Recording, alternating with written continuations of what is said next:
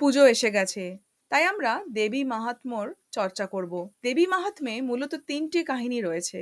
আজকে আমরা প্রথম গল্পটি শুনব এবং আলোচনা করব। আজকে কিন্তু আমার সঙ্গে একটি ছোট্ট বন্ধু রয়েছে। হৃদকমলকে আমাদের প্রোগ্রামে স্বাগত জানাই। অনেক বছর আগে সুরত নামে এক রাজা ছিলেন। সেই রাজা সুরত তার প্রজাদের নিজের সন্তানের মতনই দেখতেন, খুবই ভালোবাসতেন। তবে পরে তার অনেক শত্রু হলো এবং এই শত্রু দল রাজাকে আক্রমণ করলো। দুর্বল রাজা সুরত সেই যুদ্ধে হেরে গেলেন। তখন তার যে ধনাগার এবং সৈন্য সবই তিনি হারালেন। তখন রাজা তার ঘোড়ায় চেপে ঘন জঙ্গলে চলে গেলেন। এই জঙ্গলে রাজা মেধামুনির আশ্রম দেখতে পেলেন। এই মেধামুনির আশ্রমে একটা বিশেষত্ব ছিল, জানো তো কি? এখানে সিংহ আর হরিণ একসাথেই ঘাস খেত, কিন্তু কেউ কাউকে হিংসা করতো না। তখন রাজার মাথায় এক চিন্তা এলো। রাজা ভাবতে লাগলেন যে তার যে টিম ছিল, যারা রাজাকে হেল্প করত সেই রাজ্য দেখাশোনা করার জন্যে, তারা এখন কিভাবে রাজ্যটা চালাচ্ছে? তারা কি ধর্মের পথেই আছে, নাকি অসৎ কাজ করে বেড়াচ্ছে? এমন সময় রাজা দেখতে পেল সেখানে একজন ব্যবসায়ী। সেই ব্যবসায়ীকে দেখে রাজা জিজ্ঞেস করলো, তুমি কে? কোথা থেকে এসেছো? আর তোমাকে দেখেই বা এরকম দুঃখী কেন মনে হচ্ছে? তখন সেই বৈশ্য বলল, তার ছেলে, তার যে রিলেটিভ আর কি, আত্মীয় স্বজন, তারা সবাই পয়সার লোভে তাকে বের করে দিয়েছে ঘর থেকে। তাই সেই ব্যবসায়ীও এখন কেন কেন এবার আমরা দেখি গল্পটায় আগে যাই। দেখো, এখানে রাজা সুরত আর ওই বৈশ্য ঘর থেকে অনেক দূরে এই ঘন বন জঙ্গলের মধ্যে আছে, তবুও তাদের মন সেই ঘরে পড়ে আছে। কেমন আছে ওদের আত্মীয় স্বজনরা, কি করছে, অথচ ওরা জানে যে এরকম চিন্তা করাটা ঠিক নয়, কারণ ওদেরকে বের করে দিয়েছে। তাই এখন ওরা মেধামুনির কাছে গিয়ে ওদের এই সমস্যাটার ব্যাপারে কথা বলবে। তখন মেধামুনি দেখালেন যে পাখিরা কেমন তাদের ছোট ছোট শাবকদের মুখে খাবার ঠেলে দিচ্ছে, অথচ দেখো মানুষ কিছু পাবার আশায় লোভে পড়ে সন্তানদের দেখাশোনা করে, এটা ভেবে যে কোনো সময় যখন বয়স হয়ে যাবে তখন তার সন্তান তাদেরকে দেখবে। কিন্তু পাখি বা অন্য কোনো পশু কিন্তু এভাবে চিন্তা করে না। আসলে মহামায়াই এই সমস্ত জগৎ সংসারকে মোহিত করে রেখেছে। তখন রাজা জানতে চাইল, কে এই দেবী? ঋষিমুনি বললেন, একটা একটা করে আমি গল্প বলছি, শোনো। অনেক আগে যখন ভগবান বিষ্ণু অনন্ত শয্যায় যোগনিদ্রা করছিলেন, তখন বিষ্ণুর দুই কান থেকে মধু আর কৈটব এই নামে বিখ্যাত ভয়ঙ্কর দুই অসুর ব্রহ্মাকে মারার জন্যে উদ্যত হয়েছিল। ব্রহ্মা এদিকে সেই ভয়ঙ্কর দুই অসুর একদিকে, আর এদিকে বিষ্ণু ঘুমিয়ে আছে। এই দৃশ্য দেখে বিষ্ণুকে জাগানোর জন্য বিষ্ণুর চোখে মহামায়া যে যোগনিদ্রা রূপে ছিল, সেই মহামায়াকে স্তব করতে লাগলো। স্তব মানে কি? প্রশংসার একটা প্রার্থনা, বা বলতে পারো পজিটিভ কোয়ালিটির একটা প্রেয়ার। তো সেই যোগনিদ্রার ব্রহ্মার স্তবটি এবার শোনো। त्वं स्वाहा त्वं स्वधा त्वं हि वषट्कारस्वरात्मिका सुधा त्वमक्षरे नित्ये त्रिधात्मात्रात्मिका स्थिता अर्धमात्रा स्थिता नित्या यानुच्चार्या विशेषतः त्वमेव सा त्वं सावित्री त्वं देव जननी परा त्वयैव धार्यते विश्वं त्वयैतत्सृज्यते जगत् त्वयैतत्पाल्यते देवी त्वमस्यान्ते च सर्वदा।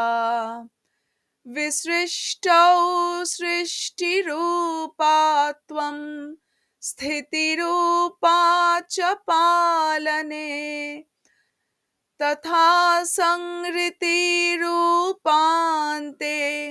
जगतोऽस्य जगन्मये महाविद्या महामाया महामेधा महास्मृतिः महामोहा च भवति মহাদেবী মহাসুরী। তখন ব্রহ্মা দেবীকে বলল যে তুমি এই দুই অসুরকে মোহিত করো। মোহিত মানে কি? হ্যাঁ, মোহিত মানে মোহে আচ্ছন্ন করা, তার মানে যেটা নয় সেটাকে বোঝাও, তার মানে যেটা সত্যি সেটাকে বুঝতে দিও না আর ওকে কনফিউজ করে দাও। এই স্তব শোনার পর মহামায়া বিষ্ণুর চোখ থেকে সরে গেল। তখন বিষ্ণুর ঘুম ভেঙে গেল।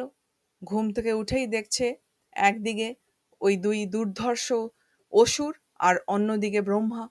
তখন বিষ্ণু যুদ্ধে নেমে গেল মধু কৈটবের সঙ্গে। ৫,০০০ বছর ধরে চলল সেই যুদ্ধ। শেষে আবার সেই মহামায়ার কৃপাতেই মোহিত হয়ে গেল দুই অসুর, আর ওরা তখন বিষ্ণুকে বর দিতে চাইল। এই সুযোগ কি আর ছাড়ে? তো বিষ্ণু ওদের কাছ থেকে বর চাইল যেন ওদের মৃত্যু হোক। এবার বর দিয়েই ওদের চেতনা হলো যে ভুল করে ফেলেছি, তাহলে সেই ভুলটাকে তো এবার ঠিক করতে হবে। ওরা দেখলো চারপাশে শুধু জল। তখন ওরা বলল যে তাহলে এমন জায়গায় আমাদেরকে মারতে হবে যেখানে এক ফোঁটাও জল নেই। বিষ্ণু বলল তাই হোক। তখন জলের ভেতর থেকে পাটা তুলে দুই থাইয়ের ওপর দুইজনকে বসালো, মধু কৈটবকে, আর ওদেরকে মেরে দিল। মধু আর কৈটব। মধু বলতে আমাদের কি মনে পড়ে? মিষ্টি, তাই তো? আমাদের সবারই মিষ্টি জিনিস খুবই প্রিয়, মিষ্টি আর চ্যাটচ্যাটে। অতএব এরকম কিছু যদি আঠালো মতন হয়, স্টিকি হয়, তখন কি হয়? একটা মাছি যদি এরকম চ্যাটচ্যাটে রসের মধ্যে বসে আর উঠতে পারে না, তাই তো? মধু আর কৈটব আমাদের তামসিক নেচারকে রেপ্রেজেন্ট করে। তামস বলতে ভয়, অজ্ঞান, যেমন ফিয়ার বা ইগনোরেন্স। এই ওয়ার্ডগুলোকে বেটার ডিসক্রাইব করতে পারবে? হ্যাঁ, আমি কতগুলো এক্সাম্পল দিচ্ছি। যেমন ধরো, তুমি তো ফুটবল খেলো। হ্যাঁ। তাহলে যখন তুমি ফুটবল খেলতে যাও, কখনো কখনো কি তুমি না দৌড়ে হাঁটাহাঁটি করো? তখন কি পাশ থেকে বাবাকে চেঁচাতে হয়, দৌড়াও দৌড়াও? কোনো কোনো সময়, কোনো কোনো সময় টায়ার্ড হয়ে যায় আর আমি পারি না, কোনো কোনো সময় তখন হয়। সেটা তো একটা সিচুয়েশন হলো, কিন্তু কোনো কোনো সময় কি ভুলেও যাও? তখন চেঁচামেচি করলে আবার ছুটতে শুরু করো? আই হ্যাঁ হয়, but I give my best effort. হ্যাঁ, ঠিক আছে। তো তার মানে ওই যে তুমি ছুটছিলে না, তুমি জানো যে তুমি চেষ্টা করলেই জোরে দৌড়তে পারবে, কিন্তু প্রথমে যে তুমি চেষ্টা করছিলে না, কোনো কোনো সময় এরকম যে হয়, আমাদের প্রত্যেকেরই হয় এই জিনিসটা।